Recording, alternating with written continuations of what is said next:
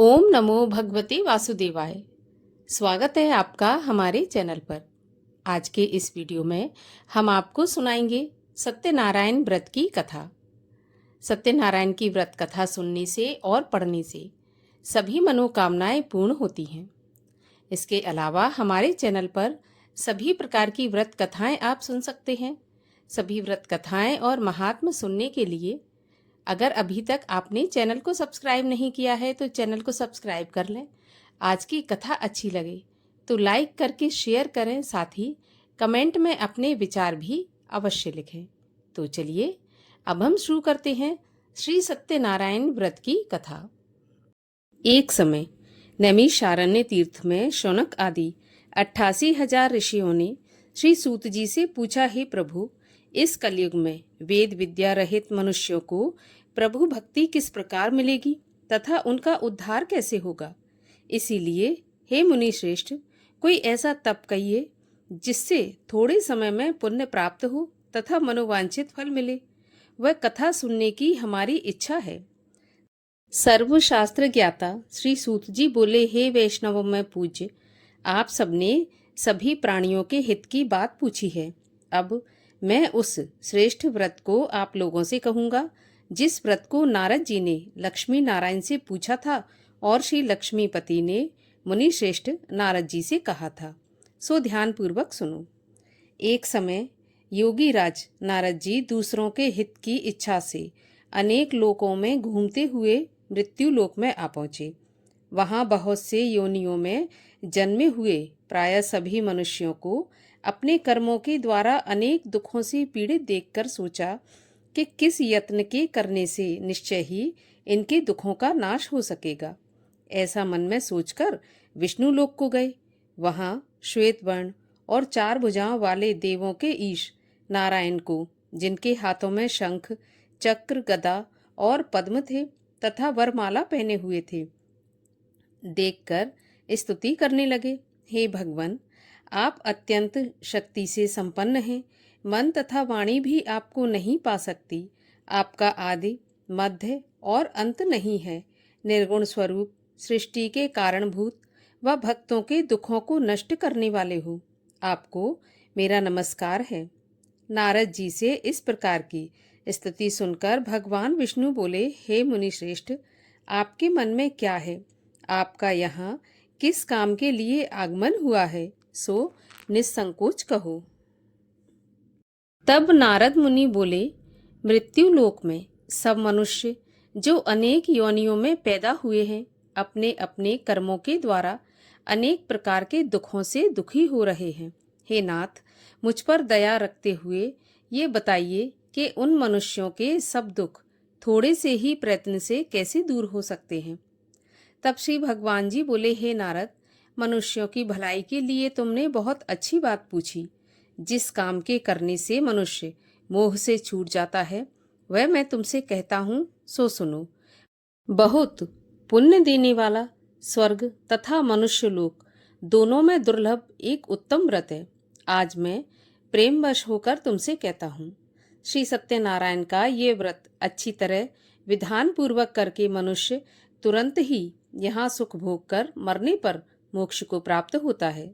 श्री भगवान के ऐसे वचन सुनकर नारद मुनि बोले कि उस व्रत का क्या फल है, क्या विधान है और किसने यह व्रत किया है और किस दिन यह व्रत करना चाहिए, आप विस्तार पूर्वक मुझे बताइए।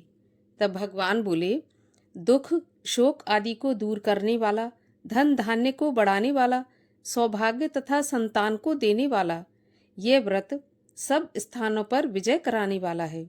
भक्ति और श्रद्धा के साथ किसी भी दिन मनुष्य श्री सत्यनारायण की शाम के समय ब्राह्मणों और बंधुओं के साथ धर्मपरायण होकर पूजा करे। भक्ति भाव से नैवेद्य, केले के फल, घी, दूध और गेहूं का चूर्ण सवाया लेवें। गेहूं के अभाव में साठी का चूर्ण, शक्कर तथा गुड़ लें और सब भक्षण योग्य पदार्थ जमा करके भगवान को अर्पण कर दें तथा बंधुओं सहित ब्राह्मणों को भोजन करावें। तत्पश्चात स्वयं भोजन करें। नृत्य, गीत आदि का आचरण कर श्री सत्यनारायण भगवान को स्मरण करता हुआ समय व्यतीत करे। इस तरह व्रत करने पर मनुष्यों की इच्छा निश्चय ही पूरी होती है। विशेषकर इस कलयुग में भूमि पर यही मोक्ष का सरल उपाय है। प्रथम अध्याय समाप्त। दूसरा अध्याय। श्री सूत जी बोले, हे ऋषियों, जिसने पहले समय में इस व्रत को किया है उसका इतिहास कहता हूँ, सो ध्यान से सुनो। सुंदर काशीपुरी नगरी में एक अति निर्धन ब्राह्मण रहता था। वह भूख प्यास से बेचैन हुआ नित्य ही पृथ्वी पर घूमता था। ब्राह्मणों से प्रेम करने वाले भगवान ने ब्राह्मण को दुखी देखकर बूढ़े ब्राह्मण का रूप धर के उसके पास जाकर आदर के साथ पूछा कि हे ब्राह्मण, नित्य दुखी पृथ्वी पर क्यों घूमता है? हे श्रेष्ठ ब्राह्मण, यह सब मुझसे कहो, मैं सुनना चाहता हूँ। ब्राह्मण बोला, मैं बहुत निर्धन हूँ, भिक्षा के लिए पृथ्वी पर फिरता रहता हूँ। हे भगवान, यदि आप इसका उपाय जानते हो तो कृपा करके कहिए। तब ब्राह्मण बोला कि सत्यनारायण भगवान मनवांछित फल देने वाले हैं, इसलिए हे ब्राह्मण, तू उनका पूजन कर, जिसके करने से मनुष्य सब दुखों से मुक्त होता है। ब्राह्मण को व्रत का सारा विधान बताकर बूढ़े ब्राह्मण का रूप धारण करने वाले श्री सत्यनारायण भगवान अंतर्ध्यान हो गए। जिस व्रत को ब्राह्मण ने बताया है मैं उसको करूंगा, ऐसा निश्चय करके उसे रात में नींद भी नहीं आई। वह सवेरे ही उठकर श्री सत्यनारायण भगवान के व्रत का निश्चय करके भिक्षा के लिए चला। उस दिन उसको भिक्षा में बहुत सा धन मिला, जिससे बंधु बांधवों के साथ उसने श्री सत्यनारायण भगवान का व्रत किया। इसके करने से वह ब्राह्मण सभी दुखों से छूटकर अनेक प्रकार की संपत्तियों से युक्त हुआ। उस समय से वह ब्राह्मण हर महीने इस व्रत को करने लगा।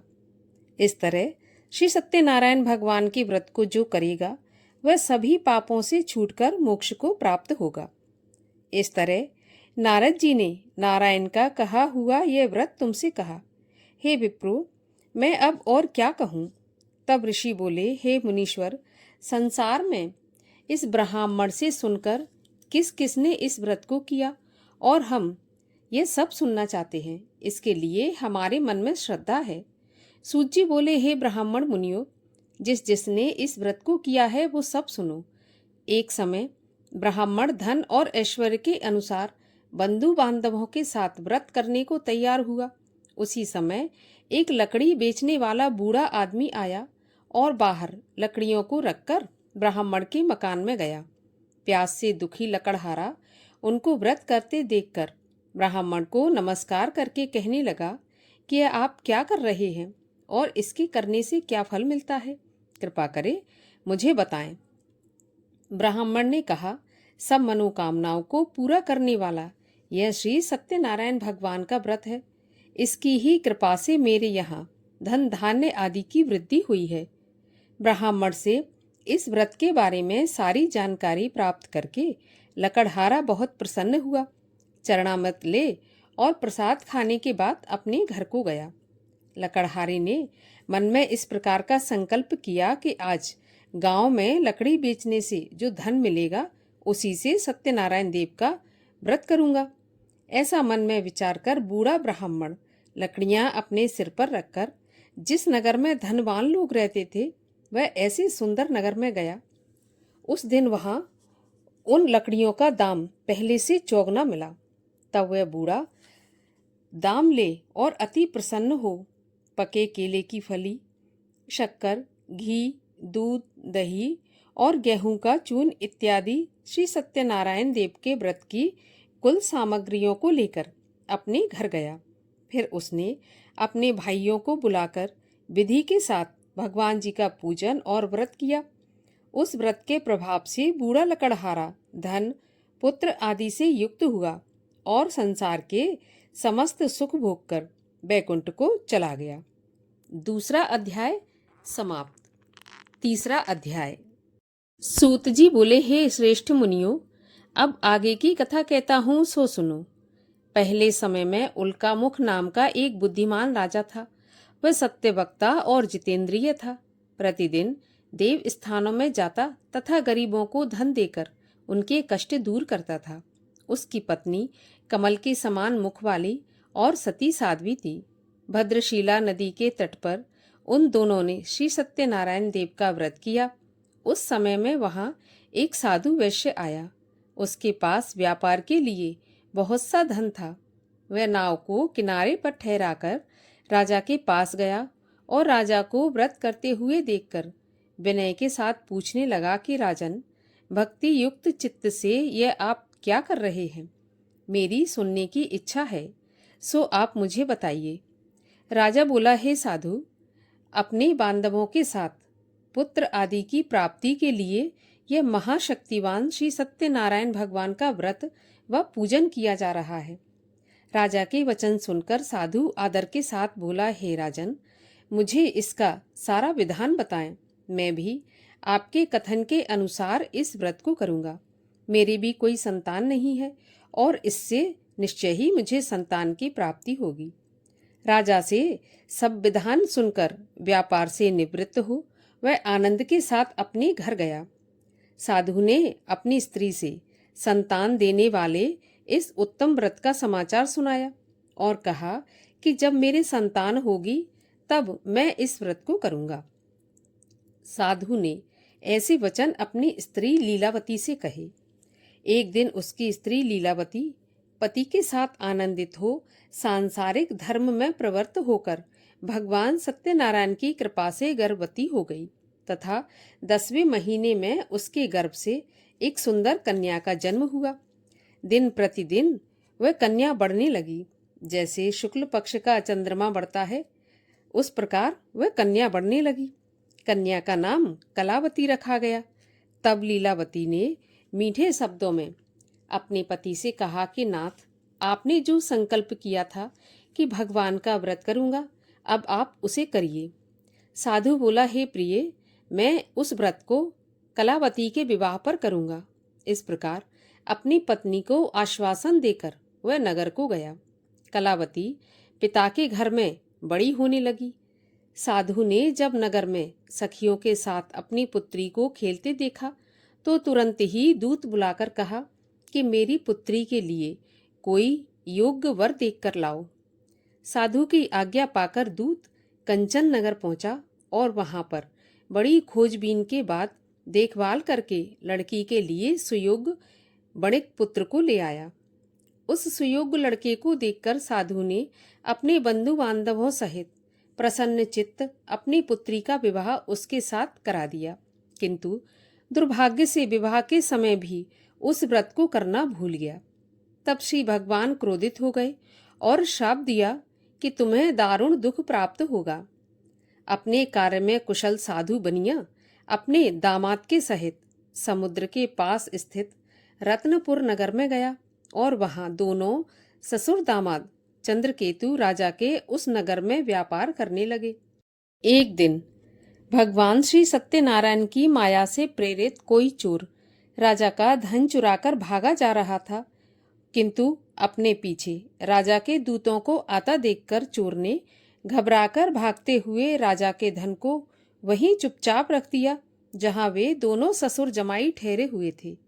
जब दूतों ने उस साधु वैश्य के पास राजा के धन को रखा देखा तो वे दोनों को बांधकर ले गए और बड़ी प्रसन्नता से दौड़ते हुए राजा के समीप आकर बोले, महाराज, ये 2 चोर हम पकड़कर लाए हैं, देखकर आज्ञा दें। तब राजा की आज्ञा से उनको कठिन कारावास में डाल दिया गया और उनका सारा धन छीन लिया। श्री सत्यनारायण भगवान के श्राप द्वारा उनकी पत्नी भी घर पर बहुत दुखी हुई और घर पर जो कुछ धन रखा था उसे चोर चुरा कर ले गए। शारीरिक व मानसिक पीड़ा तथा भूख प्यास से अति दुखित हो अन्न की चिंता में कलावती एक ब्राह्मण के घर गई। वहां उसने श्री सत्यनारायण भगवान का व्रत होते देखा। फिर कथा सुनी तथा प्रसाद ग्रहण करके रात को घर आई तो माता ने कलावती से कहा, पुत्री, अब तक कहाँ रही? तेरे मन में क्या है? कलावती बोली, माता, मैंने एक ब्राह्मण के घर श्री सत्यनारायण भगवान का व्रत देखा है। कन्या के वचन सुनकर लीलावती भगवान के पूजन की तैयारी करने लगी। लीलावती ने परिवार और बंधुओं सहित श्री सत्यनारायण भगवान का पूजन किया और यह वर मांगा कि मेरे पति और दामाद शीघ्र ही आ जाएं। साथ ही प्रार्थना की कि हम सबका अपराध क्षमा करो। श्री सत्यनारायण भगवान इस व्रत से संतुष्ट हो गए और राजा चंद्रकेतु को सपने में दिखाई दिए और कहा, राजन, दोनों वैश्य सुबह होते ही छोड़ देना और उनका सारा धन जो तुमने ग्रहण किया है वह वापस दे देना, नहीं तो तेरा धन, राज्य, पुत्र आदि सब नष्ट कर दूंगा। राजा से ऐसा वचन कहकर भगवान अंतर्ध्यान हो गए। प्रातःकाल राजा चंद्रकेतु ने सभा में अपना स्वप्न सुनाया। फिर दोनों बड़े पुत्रों को कैद से मुक्त करके सभा में बुलाया। दोनों ने आते ही राजा को नमस्कार किया। राजा मीठे वचनों से बोला, हे महानुभावों, भावी वर्ष ऐसा कठिन दुख प्राप्त हुआ है, अब तुम्हें कोई भय नहीं। ऐसा कहकर राजा ने उनको नए नए वस्त्र आभूषण पहनाए तथा जितना उनका धन लिया था उससे दुगना धन देकर आदर के सहित विदा किया। दोनों वैश्य अपने घर की तरफ चल दिए। तीसरा अध्याय समाप्त। चौथा अध्याय। श्री सूत जी बोले, वैश्य ने मंगलाचार करके यात्रा आरंभ की और अपने नगर को चला। उनके थोड़ी दूर चलने पर ही दंडी वेशधारी श्री सत्यनारायण देव ने उनसे पूछा कि हे साधु, तेरी नाव में क्या है? अभिमानी बणेक हंसता हुआ बोला, हे दंडी, आप क्यों पूछते हो? क्या आपको धन लेने की इच्छा है? मेरी नाव में तो बेल तथा पत्ते भरे हैं। वैश्य के ऐसे कठिन वचन सुनकर भगवान ने कहा कि तुम्हारा वचन सत्य हो। दंडी ऐसा कहकर वहां से चले गए और कुछ दूर जाकर समुद्र के किनारे बैठ गए। दंडी के जाने पर वैश्य ने नित्य क्रिया करने के बाद नाव को ऊंची उठी देखकर अचंभा किया तथा नाव में बेल आदि देखकर वह मूर्छित होकर जमीन पर गिर पड़ा। फिर मूर्छा खुलने पर अत्यंत शोक करने लगा। तब उसका दामाद बोला कि आप शोक न करें, यह दंडी का श्राप है। आप उनकी शरण में चलें, तभी हमारी मनोकामना पूरी होगी। दामाद के ऐसे वचन सुनकर वह दंडी के पास पहुंचा और अत्यंत भक्ति भाव से नमस्कार करके बोला, मैंने जो आपसे असत्य वचन कहे थे उनको क्षमा करें। ऐसा कहकर महान शोक आतुर होकर रोने लगा। तब दंडी भगवान बोले, हे बड़े पुत्र, मेरी आज्ञा से बार बार तुम्हें दुख प्राप्त हुआ है। तू मेरी पूजा से विमुख हुआ है। साधु बोला, हे भगवान, आपकी माया से मोहित ब्रह्मा आदि भी आपके रूप को नहीं जानते, तब मैं अज्ञानी कैसे जान सकता हूँ? आप प्रसन्न होइए, मैं सामर्थ्य के अनुसार आपकी पूजा करूँगा। मेरी रक्षा करो और पहले के समान नौका में धन भर दो। उसके भक्ति युक्त वचन सुनकर भगवान प्रसन्न हो उनकी इच्छा के अनुसार वर देकर अंतर्ध्यान हो गए। तब उन्होंने नाव पर आकर देखा कि नाव धन से भरी हुई है। फिर वह भगवान सत्यनारायण का पूजन कर साथियों के सहित अपने नगर को चल दिया। जब अपने नगर के निकट पहुंचा तब दूत को घर भेजा। दूत ने साधु के घर जाकर उसकी स्त्री को नमस्कार करके कहा कि साधु अपने दामाद के सहित नगर के पास आ गए हैं। ऐसा वचन सुन साधु की स्त्री ने बड़े हर्ष के साथ सत्यदेव का पूजन कर अपनी पुत्री से कहा कि मैं अपने पति के दर्शन को जाती हूँ, तू कार्य पूर्ण करके शीघ्र आ जाना। माता के ऐसे वचन सुनकर कलावती प्रसाद छोड़कर पति के पास गई। प्रसाद की अवज्ञा के कारण सत्यदेव रुष्ट हो गए। उसके पति को नाव सहित पानी में डुबो दिया। कलावती अपने पति को ना देखकर रोती हुई जमीन पर गिर गई। इस तरह नौका को डूबा हुआ तथा कन्या को रोता हुआ देख साधु दुखी होकर बोला, हे प्रभु, मुझसे या मेरे परिवार से जो भी भूल हुई है उसे क्षमा करो। उसके दीन वचन सुनकर सत्यदेव भगवान प्रसन्न हो गए और आकाशवाणी हुई कि हे साधु, तेरी कन्या मेरे प्रसाद को छोड़कर आई है, इसलिए इसका पति अदृश्य हुआ है। यदि ये घर जाकर प्रसाद खाकर लौटे तो इसे पति अवश्य मिल जाएगा। ऐसी आकाशवाणी सुनकर कलावती ने घर पहुंचकर प्रसाद खाया। फिर उसने आकर पति के दर्शन किए। फिर साधु ने बंधु बांधवों सहित सत्यदेव का विधि पूर्वक पूजन किया। उस दिन से वह हर पूर्णिमा को सत्यनारायण का पूजन करने लगा। फिर इस लोक का सुख भोग कर अंत में स्वर्गलोक को गया। चौथा अध्याय समाप्त। पांचवा अध्याय। श्री सूत जी बोले, हे ऋषियों, मैं और भी कथा कहता हूं, सो सुनो। प्रजापालन में लीन तुंगध्वज नाम का एक राजा था। उसने भी भगवान का प्रसाद त्याग कर बहुत दुख पाया। एक समय जंगल में जाकर जंगली पशुओं को मारकर बड़ के पेड़ के नीचे आया। वहां उसने ग्वालों को भक्ति भाव से बांधवों सहित श्री सत्यनारायण जी का पूजन करते हुए देखा। राजा देखकर भी अभिमानवश वहां नहीं गया और न ही नमस्कार किया। जब ग्वालों ने भगवान का प्रसाद उसके सामने रखा तो वह प्रसाद को त्याग कर अपनी सुंदर नगरी को चला गया। वहां उसने अपना सब कुछ नष्ट पाया तो वह जान गया कि यह सब कुछ भगवान ने ही किया है। तब वह विश्वास करके उस ग्वालों के पास आया और विधि पूर्वक भगवान का पूजन करके प्रसाद खाया तो सत्यदेव की कृपा से पहले जैसा था सब कुछ वैसा ही हो गया। फिर दीर्घ काल तक सुख भोग कर मरने पर स्वर्गलोक को गया। जो मनुष्य इस परम दुर्लभ व्रत को करेगा, भगवान की कृपा से उसे धन धान्य की प्राप्ति होगी। निर्धन धनी हो और बंधी बंधन से मुक्त होकर निर्भय हो जाता है। संतानहीनों को संतान प्राप्त होती है तथा सभी मनोरथ पूर्ण होकर अंत में वैकुंठ धाम को जाता है। जिन्होंने पहले इस व्रत को किया है, अब उनके दूसरे जन्म की कथा कहता हूँ। वृद्ध शतानंद ब्राह्मण ने सुदामा का जन्म लेकर मोक्ष को पाया। उल्का मुख नाम का राजा दशरथ बनकर वैकुंठ को प्राप्त हुआ। साधु नाम के वैश्य ने मोरध्वज बनकर अपने पुत्र को आरे से चीरकर मोक्ष को प्राप्त किया। महाराज तुंगध्वज ने स्वयंभू होकर भगवान में भक्ति युक्त हो कर्म करके मोक्ष की प्राप्ति की। पांचवा अध्याय समाप्त। बोलिए सत्यनारायण भगवान की जय। सत्यनारायण भगवान की आरती। जय लक्ष्मी रमणा स्वामी, जय लक्ष्मी रमणा। सत्यनारायण स्वामी जन पातक हरणा। ओम जय लक्ष्मी रमणा।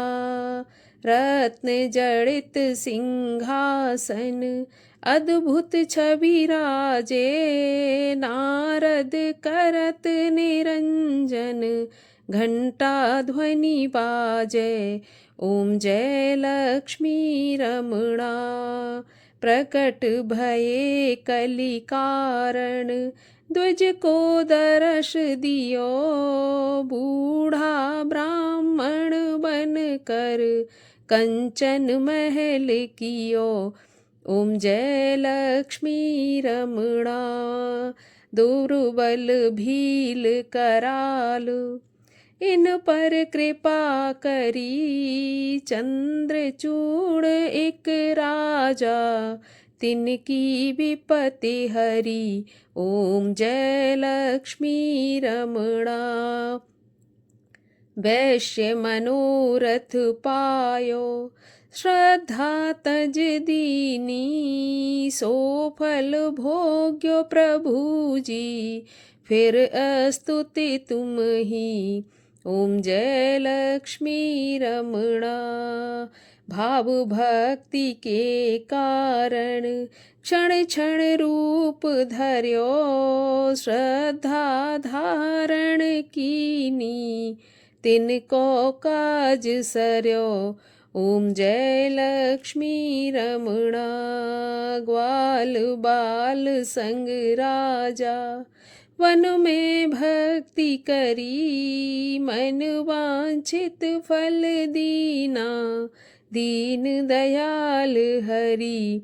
ओम जय लक्ष्मी रमणा। चढ़त प्रसाद सवाया कदली फल मेवा धूप दीप तुलसी से राजी सत्य देवा। ओम जय लक्ष्मी रमणा। सत्यनारायण भगवान की आरती जो कोई जन गावे, कहत शिवानंद स्वामी मन वांछित फल पावे। ओम जय लक्ष्मी रमणा। बोलिए लक्ष्मी नारायण भगवान की जय।